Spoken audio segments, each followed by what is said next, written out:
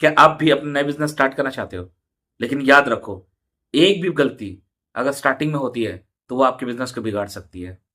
इसलिए बहुत संभल कर आपको बिजनेस स्टार्ट करना चाहिए। आज के वीडियो में मैं ऐसे 5 बड़ी गलती के बारे में आपको बताने वाला हूं जो अक्सर नए बिजनेसमैन करते हैं और ऐसी ही गलती करने की वजह से अपना बिजनेस को खो देते हैं। तो आप अगर किसी भी तरह का बिजनेस को स्टार्ट करना चाहते हैं तो ये वीडियो आपके लिए बहुत हेल्पफुल होने वाली है, क्योंकि इस वीडियो में मैं आपको ये बताने वाला हूं कि किस किस तरह की गलती से आपको बचना है ताकि आप किसी तरह का मिस्टेक ना करो और आपका बिजनेस सफल हो जाए।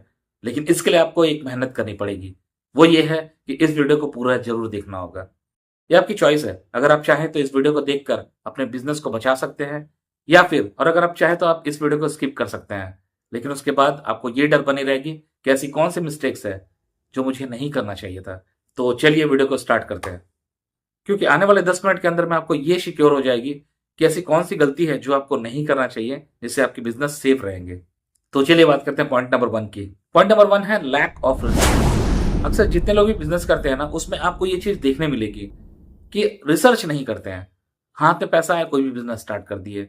एक्चुअली में लोगों की जो माइंडसेट है वो ऐसी हो गई है कि हाथ में पैसा है, उसको सिर्फ एक ही चीज देखना है कि कौन सा बिजनेस है जिसमें प्रॉफिट ज्यादा है। सिर्फ एक ही चीज नहीं है देखने के लिए, बहुत सारी चीज ऐसी होती है जिसका हमें जानकारी रखना जरूरी है। हद से ज्यादा लोग फेल होते हैं, उसका कारण भी यही है कि रिसर्च नहीं करेंगे। सामने कोई चाय की दुकान लगाई है, उसका सामने अपने चाय की दुकान लगा देते हैं। सामने कोई इडली डोसा वगैरह साउथ इंडियन फूड्स अगर लगाए हैं, ना ब्रेकफास्ट लगाया है, तो उसके सामने सेम आइटम रख देंगे। कोई सामने समोसा बेच रहा है, चाय बेच रहा है, उसके सामने समोसा की दुकान रख देंगे।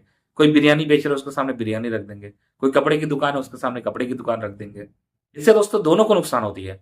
अगले इंसान को तो नुकसान होती ही है कि उसका आधा मार्केट आप खा लिए, लेकिन आप खुद का भी नुकसान करते हैं, क्योंकि आपके पास भी जो लोग आने वाले हैं वो 100% लोग नहीं आने वाले हैं। इसलिए रिसर्च करना जरूरी है। अब रिसर्च क्या करना दोस्तों, अगर जानना चाहते हैं तो प्लीज कमेंट बॉक्स में लिख दीजिएगा। मैं सिर्फ रिसर्च के बारे में डिटेल में वीडियो बना दूंगा। नई शॉप या नई बिजनेस स्टार्ट करने से पहले क्या क्या रिसर्च करनी चाहिए।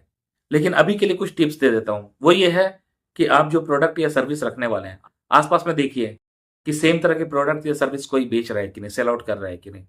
है तो उसके पास में क्या क्या एडवांटेज है उसको देखिए, उसको समझिए, कंपैरिजन करिए आप उसके लायक हैं कि नहीं। आप जिस जगह में हैं उस जगह की डिमांड है कि नहीं, यहाँ पर कस्टमर बेस है कि नहीं। बहुत सारे ऐसे पॉइंट्स हैं। तो ये सब रिसर्च करने के बाद में ही पैसे इन्वेस्ट करना चाहिए और आगे बढ़नी चाहिए। अब आते हैं पॉइंट नंबर 2 में। ये भी बहुत बड़ी गलती है जो सबसे ज्यादातर लोग करते हैं। वो ये है कि अकेले ही सब बिजनेस को स्टार्ट किए, चलो ठीक है अकेले किए, लेकिन जैसे जैसे आपकी जरूरतें बढ़ती जाएगी, बिजनेस की जरूरतें बढ़ती जाएगी, तो लोगों की रिक्वायरमेंट होती है। अगर आप एक रेस्टोरेंट खोलते हैं तो आप खुद वहां पर बैठेंगे, कारीगर की जरूरत पड़ेगी, सेल्समैन की जरूरत पड़ेगी। अगर कोई साफ उफ करना है तो उसके लिए स्टाफ की जरूरत पड़ेगी। अकेले ही कर लोगे तो परेशान हो जाओगे। अगर कोई प्रोडक्ट बिजनेस करने वाले हो तो स्टार्टिंग में ठीक है, अगर छोटी दुकान है तो आप संभाल सकते हो, लेकिन जैसे जैसे आपके कस्टमर बेस बढ़ते हैं, आपके पास प्रोडक्ट इंक्रीज होती है, तो उसको मैनेज करने के लिए लोग चाहिए। ना तो आप अपने गल्ला से जो है वो निकल नहीं सकोगे, आप मार्केट को समझ नहीं पाओगे। इसलिए ये जरूरी है कि अगर जरूरत पड़े तो स्टाफ रखना चाहिए, इससे काम हल्का होता है। लेकिन अगर सुबह से लेकर शाम तक अगर आप खुद को इंगेज रखोगे एक ही जगह में, तो आप मार्केट को नहीं समझ पाओगे, आप नीड को नहीं समझ पाओगे, आप क्या चल रहा है क्या नहीं चल रहा है उसको नहीं समझ पाओगे। इसलिए स्टाफ रखना बहुत जरूरी है। बहुत सारे ऐसे लोग हैं जिसके पास में ऐसे काम है कि उसको मार्केट घूमनी पड़ती है, हिसाब किताब भी खुद को देखना पड़ता है, डील भी खुद को करना होता है, प्रोडक्ट खुद लाने जाएंगे। तो इसमें क्या आपकी हैरेसमेंट बढ़ती है। आज जैसे तैसे आप बिजनेस को स्टार्ट कर लोगे, लेकिन आगे बर्डन बढ़ते चले जाएगी और आप है उस स्ट्रेस को संभाल नहीं पाओगे। इसलिए भले थोड़ा पैसा लगता है किसी स्टाफ को देने के लिए, लेकिन जब जरूरत पड़ती है तो आपको स्टाफ हायर करना चाहिए। अगर कमाई होगी तो भी परेशान रहोगे, क्योंकि आपको रिलैक्स होने का समय नहीं मिलेगा। तो इसलिए इसके बारे में सोचना जरूरी है। अब बात करते हैं पॉइंट नंबर 3 के बारे में। वो है इग्नोरिंग कैश फ्लो। ये भी ज्यादातर लोगों में देखा गया है कि प्रॉफिट के बारे में सब सोचते हैं, मैं भी सोचता हूँ।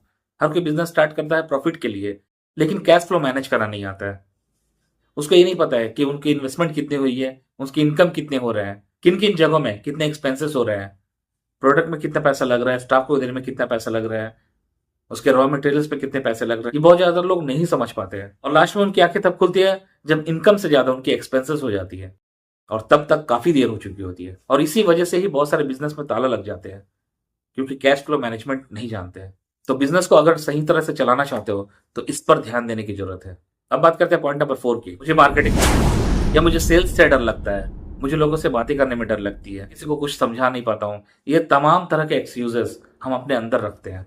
क्योंकि कोई भी इंसान बचपन से ही या स्कूल से सीख कर नहीं आता है, उसे मार्केट में आकर सब कुछ करना पड़ता है। क्योंकि हम जो भी बिजनेस करते हैं उसमें हमें मार्केटिंग करने की जरूरत पड़ती है। छोटे से छोटे इंसान, अगर आप रेडी वाला को भी देखेंगे तो गली में जब घूमने आता है ना, तो गली में जब वो माल लेके आता है तो चिल्लाता है कि उसके पास में क्या प्रोडक्ट है, उसकी कॉस्ट क्या है। बहुत सारे लोग खिलौने लेके आते हैं तो माइक लगा देते हैं, तो माइक लगाते थे उसमें वो रेट बताते रहते हैं, उसके पास में क्या क्या प्रोडक्ट है वो बताते रहते हैं। आप सबसे पहले ये समझो कि आपको मार्केटिंग में क्या जरूरत है। ऐसी बात नहीं है कि इसके लिए आपको फिर से पढ़ाई करनी पड़ेगी या बहुत ज्यादा टफ काम है, ऐसा कुछ नहीं है। आपको ये देखिए कि अपने मार्केटिंग के लिए आपको किस चीज की जरूरत पड़ती है और उस चीज को इंप्लीमेंट करना शुरू कर दो। और अप्लाई करने के कुछ दिन के बाद देखोगे ना तो आपको रिजल्ट मिलने शुरू हो जाएंगे। अब बात करते हैं दोस्तों पॉइंट नंबर 5 की। आज तक जितने भी लोग बिजनेस करते हैं या आगे चलकर जितने भी लोग बिजनेस करने वाले हैं, इसमें सबसे बड़ा जो नुकसान होता है वो इसी पॉइंट की वजह से होता है। वो ये है कि लैंड, सबसे ज्यादातर बिजनेस नुकसान होने के ये एक रीजन है। बिजनेस स्टार्ट कर देते हैं, उनको चाहिए कि तुरंत तुरंत कस्टमर आए, बिना हाथ पैर मारे बिना एफर्ट डाले कस्टमर आना चाहिए। हमारे प्रोडक्ट में दम नहीं है फिर भी कस्टमर आने चाहिए, हमारे बात करने की टेक्निक नहीं है फिर भी कस्टमर आने चाहिए। और कस्टमर नहीं आते हैं तो हमें ऐसा लगता है कि हम कोई गलती कर बैठे हैं। और लॉट्स ऑफ बिजनेस इसी वजह से नुकसान में चले जाते हैं, क्योंकि घबरा जाते हैं। देखे 10 दिन 15 दिन महीना भर कस्टमर नहीं आए तो फट से अपने प्रोडक्ट को चेंज कर देंगे, अपने सर्विस को चेंज कर देंगे, अपने बिजनेस को चेंज कर देंगे। एक डर बैठ जाता है, नहीं यार स्टार्टिंग में किसी के पास में नहीं आता कस्टमर, और ये बात कोई नहीं बताता है। हम लोग अचानक से दूसरे किसी को देखते हैं, किसी की दुकान में भीड़ है, किसी के पास में कस्टमर बेस बने हैं, वो इसलिए क्योंकि पहले से वो रिलेशन बिल्ड करके रख चुके हैं। हम स्टार्टिंग में कोई भी शॉप खोलते हैं तो हमारे पास में स्टार्टिंग से कस्टमर नहीं आएंगे। इस बात को हमें समझ लेनी चाहिए। अगर किसी चीज में सुधार करने से कस्टमर बेस आ रहे हैं तो उसको सुधार करो, अपने एम्बियंस को सुधारना उसको सुधारो, अपने मार्केटिंग को सुधारना उसको सुधारो। जिस जिस चीज से आपको लगता है कि इसको हल्का फुल्का चेंज करने से कुछ काम बन सकता है वो सुधारते रहो। धीरे धीरे धीरे धीरे परफेक्ट होते रहेंगे, कस्टमर आते जाएंगे। इसलिए जब भी बिजनेस स्टार्ट करते हैं तो पेशेंस बहुत जरूरी है। अपने माइंडसेट में पहले से बैठा लो कि मैं बिजनेस स्टार्ट कर रहा हूं, मुझे पेशेंस की जरूरत है। सो आई होप दोस्तों की वीडियो आपको पसंद आई होगी।